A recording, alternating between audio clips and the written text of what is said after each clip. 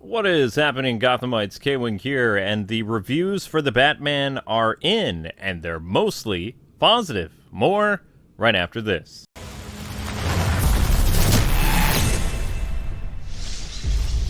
Alright, so believe it or not, ladies and gentlemen, the Batman reviews are actually pretty decent.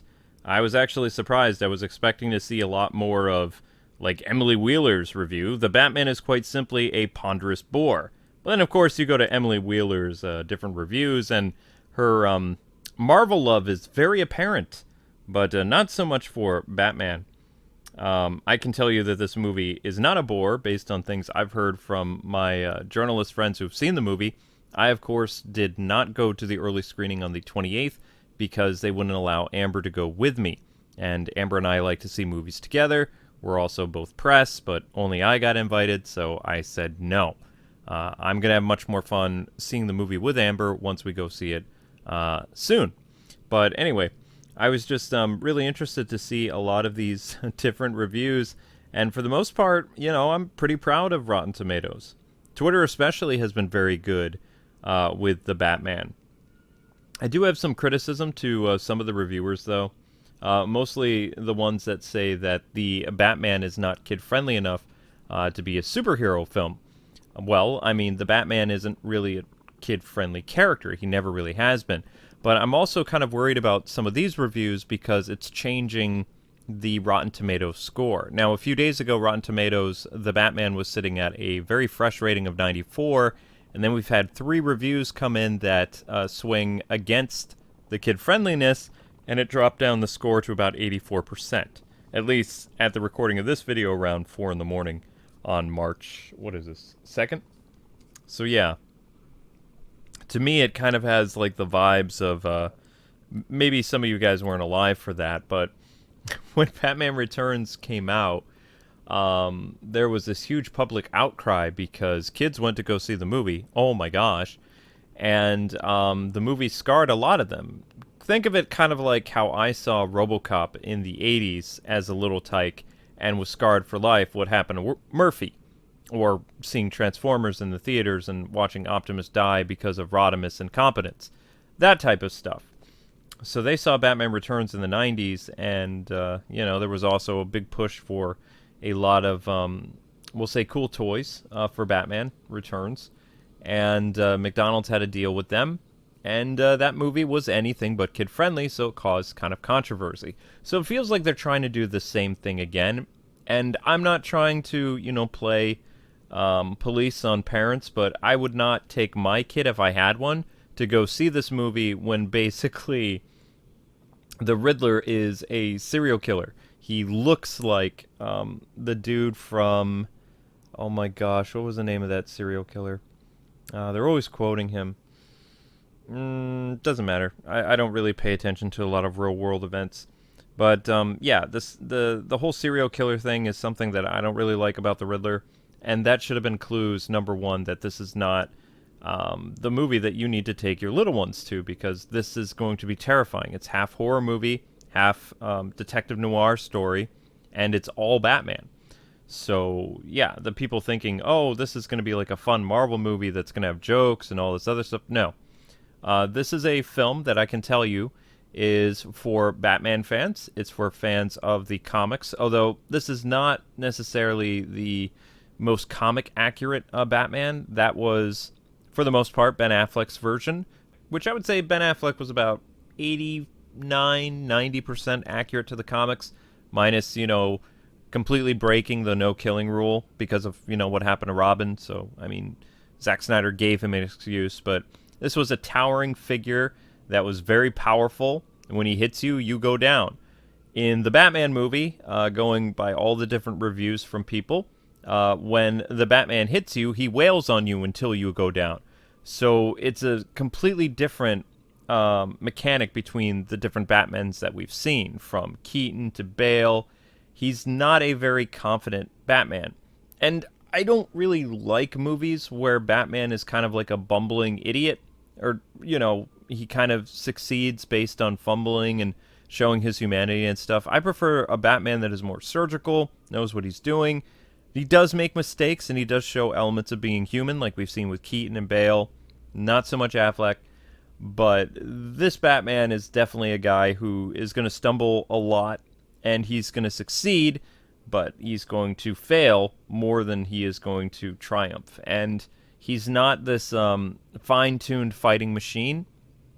You have to read the Batman prequel book, which I'm actually working on a lore video for that, and you can find out that Batman has been training and things like that, but he hasn't fine-tuned his style of martial arts yet. So, for the most part, to intimidate people, he just literally knocks you down and wails on you until people run away scared, or they're just completely terrified of you and either try to attack you and they're in a panic, or, you know, they're just gross to their stomach because, I mean, this isn't a Batman that kills people, but it is a Batman that will send you to the ICU. I mean, this is like thug-style Batman. Some other reviews that I wanted to go over. One from, I don't even know who this is, QIBO. They said, the most artistic Batman movie ever made. Pattinson leaves his mark on the Bat legacy as broken Bruce Wayne, but this is another case of a director's ambition getting in the way of his own work, demanding so much patience without actual payoff. And then when you actually go to read the guy's full review, he says that part of the reason why he was so bored with the film is because it was 3 hours.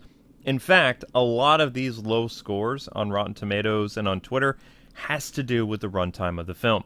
I don't know if that's necessarily fair. I sat through the Snyderverse Justice League for 4 hours. Amber and I both enjoyed it. You know, it was like the time just flew by. So a lot of these reviews are very, very nitpicky on the runtime of the film, the fact that the film is dark and Bruce Wayne doesn't smile, and the fact that it doesn't have any jokes. It does, just like the Nolan films, it does have like some humor aspect to it, but it's not going to be a plucky Marvel film. This is a very dark story. In fact, they just barely got past that R rating that Matt Reeves was shooting for, and just basically skin on their teeth with a PG-13 rating. There are things that they're going to do in this movie that I've heard that is pretty grotesque and disturbing and gross, and it still got a PG-13 rating. So, I mean, wow. And like I said, I'm not a fan of horror movies. That would kind of like limit the amount of enthusiasm I would have for a film. I don't like gore. I don't like people being tortured. That's really not my thing. I didn't like when Joker was torturing people in The Dark Knight.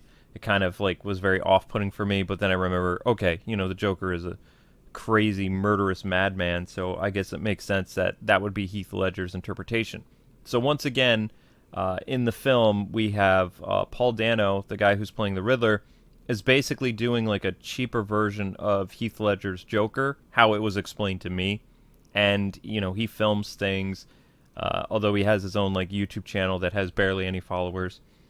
And he basically films his stuff and is trying to cause panic, just like Heath Ledger's Joker did. I do like this review from Bob Chipman from Movie Bob Central. He says, it is a semi-novel spin on the done-to-death Dark Knight routine. What if Bruce Wayne was kind of a bad at being Batman at first type thing, and welcome attempts to address uglier aspects of the vigilante fantasy, getting overwhelmed by an overplotted script franchise demands. So, he gave the movie like a 6 or a 7, and he also said, if you read his full review, that he's looking forward to see where the movie goes as a trilogy. And for the most part, a lot of these reviews on Rotten Tomatoes and on Twitter, they all echo the same thing, is that the runtime of the movie was a little long for them, but at the same time, they're enthusiastic about what the sequel will be based on some of the things that they saw in the movie that we're not going to discuss here. Another review I liked was from Matthew Toomey from ABC Radio. He said, creating enough points of difference to distinguish itself from successful Nolan-helmed Batman trilogy, the Batman is dark, interesting, and at times a little frustrating, but he gave the film a B+. Top critic Kate Walsh from the Tribune News Service said, this Batman played by Robert Pattinson is our goth Bruce Wayne. More disaffected youth than playboy billionaire that allows Reeves as a director to play with all kinds of grimy, imagery as a writer to grapple with real function of Batman. And she gave the film 3.5 out of 4, rated as a top critic. I agree with her review for the most part. I also, again, really encourage people to go and read the prequel novel because it fills in a lot of the gaps and a lot of questions that people have about this Batman film. Believe it or not, there are some reviews actually knocking the movie because there's not enough of origin to explain this rebooted Batman. But this is a Batman that you don't really need an origin for. He's been around for 2 years. He's kind of an urban legend. In fact, they don't even really call him the Batman. They call him Vengeance because, he goes around beating up people and says, I am vengeance. So he kind of like embodies that spirit of vengeance, which I think is kind of cool. We have a lot of other, reviews that all say pretty much the same thing. Robert Pattinson's Batman, brooding, bruised hero, helps this messy movie fly. I don't think it's a messy film. I think that the film is going to wow me, even though I know aspects of the film's plot from arc 1 through 3, which I'm not going to get into because I know people are worried that I'm going to spoil the movie. I'm not going to.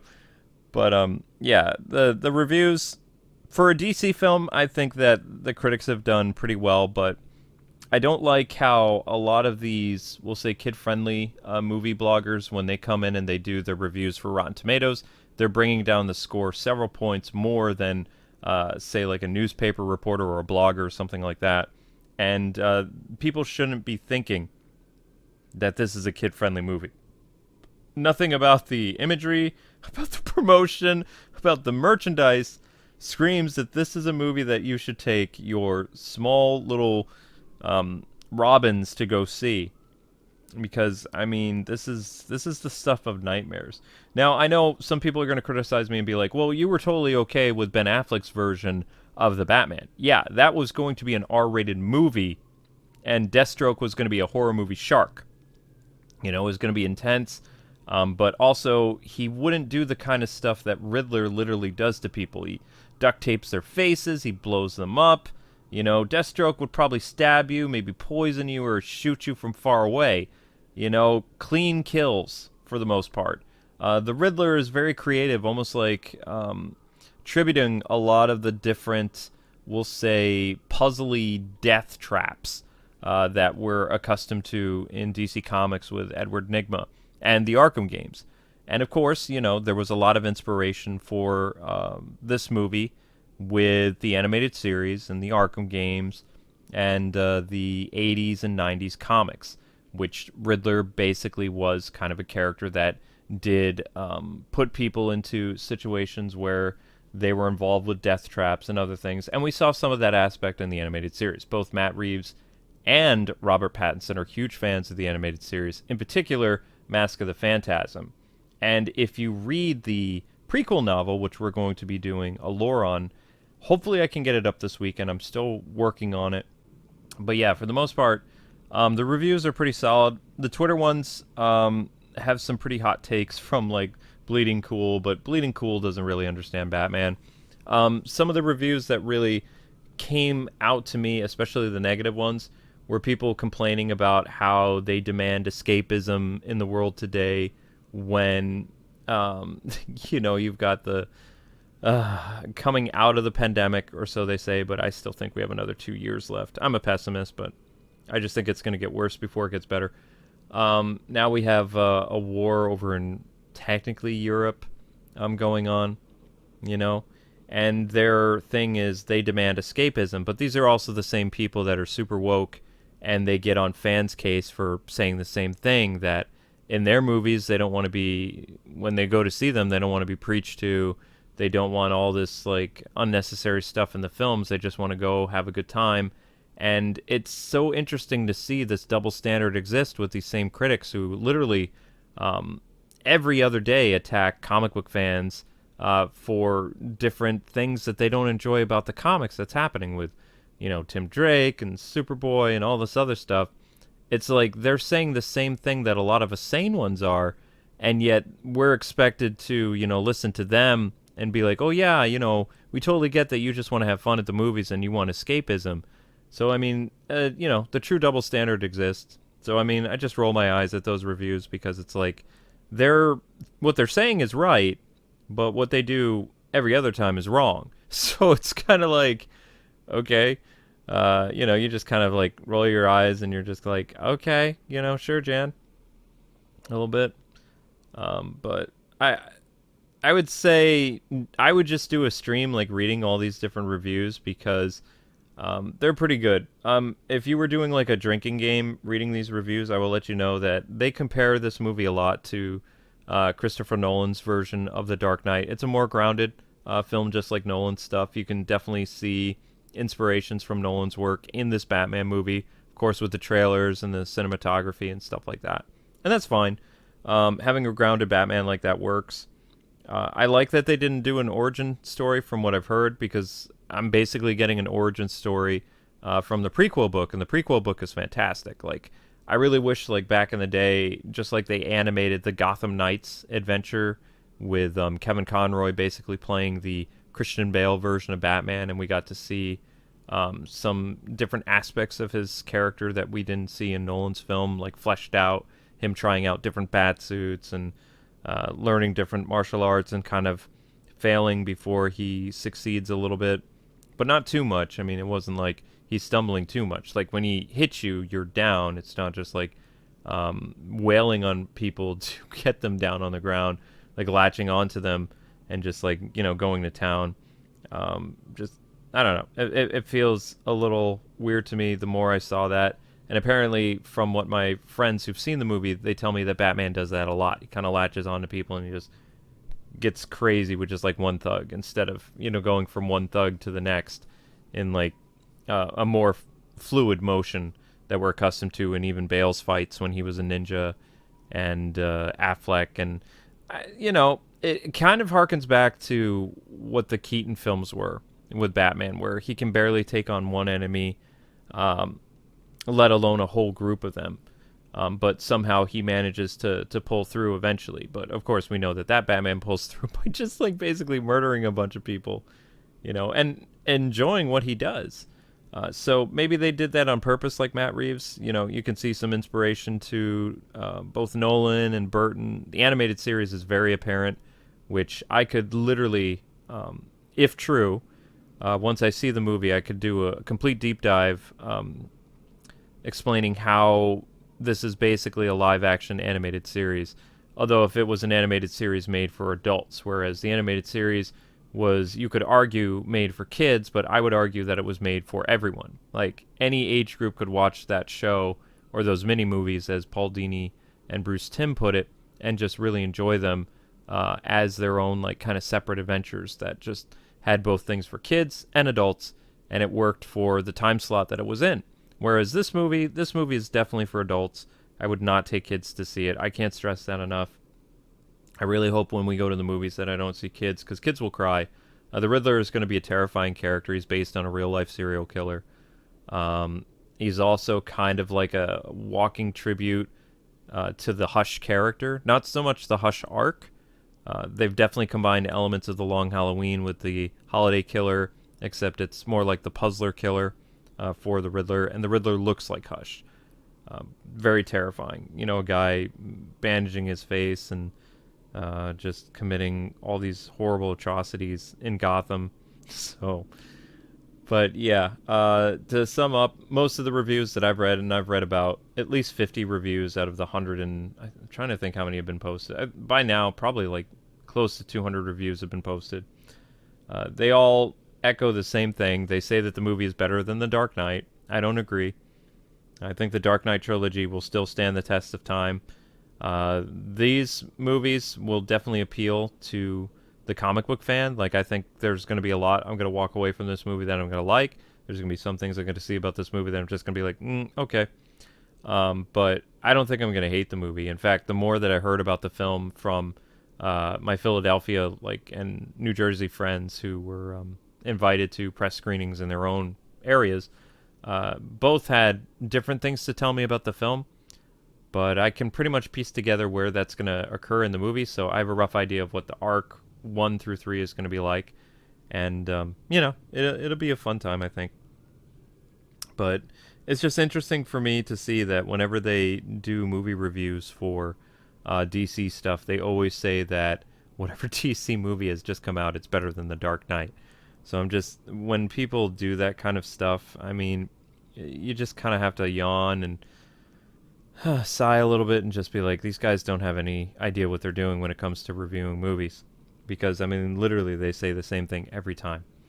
Uh, I think that it's good that we have a darker reboot for the Batman, and I'm looking forward to it. But yeah, the whole Dark Knight comparison, it's getting kind of old. They're going to do it with Aquaman, they're going to do it with Shazam, they're definitely going to do it with the Flash movie, and I just hope they stop doing that. I hope they'll just be like, wait a minute, this movie's kind of like Matt Reeves' The Batman, because it is going to change the game, I really do. A lot of people really enjoyed the Nolan style. They wanted more of that grounded, real life Batman, and now you have an even more grounded real life Batman with not your traditional Batmobile. It's something that he's been building since he was 17 years old, which is actually pretty cool. And his gadgets are even more practical than Bale's. Bale's looks like they were customly made and very expensive. I was expecting to hear that at one point Matt Reeves' Batman would wield a hammer like Bob Kane and Bill Finger's version of the character in the 1940s, which, yes, Batman had both a wrench and a hammer on him to deal with more of the tougher enemies that wouldn't go down with one hit. So, and when I saw a Carpenter utility belt for Matt Reeves' Batman, I was thinking, okay, they're going to go full-blown, like, either Earth One or something else with the character. But, whatever. That's fine. I have a lot to talk about with the Batman that a lot of things that I thought were going to happen with the film, I was correct about. I was off about some things, but I can't say what they are because of spoilers. But just know that we're going to have a lot of fun talking about the Batman for probably the next, I'd say, couple weeks. So strap in for a lot of fun discussion videos. And I hope you guys enjoyed me reading other people's reviews.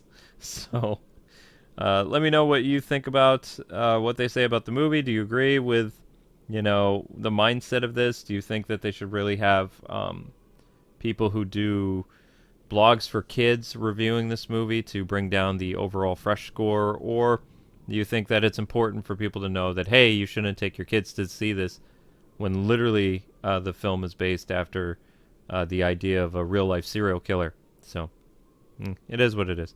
But yeah, thanks so much for listening, people, and I hope you guys have a good one. Got a lot of cool content going up on my Let's Play channel later today. I have a prequel, The Batman Lore, coming this weekend, which I'm having a blast putting together, and I hope you guys will enjoy that. And I will see you guys possibly with a stream of Elden Ring as soon as possible. All right, guys. Until we meet again, God bless and happy gaming. Thanks so much for listening to your #1 destination for all things The Dark Knight in movie, TV, video games, and occasionally comics. Later.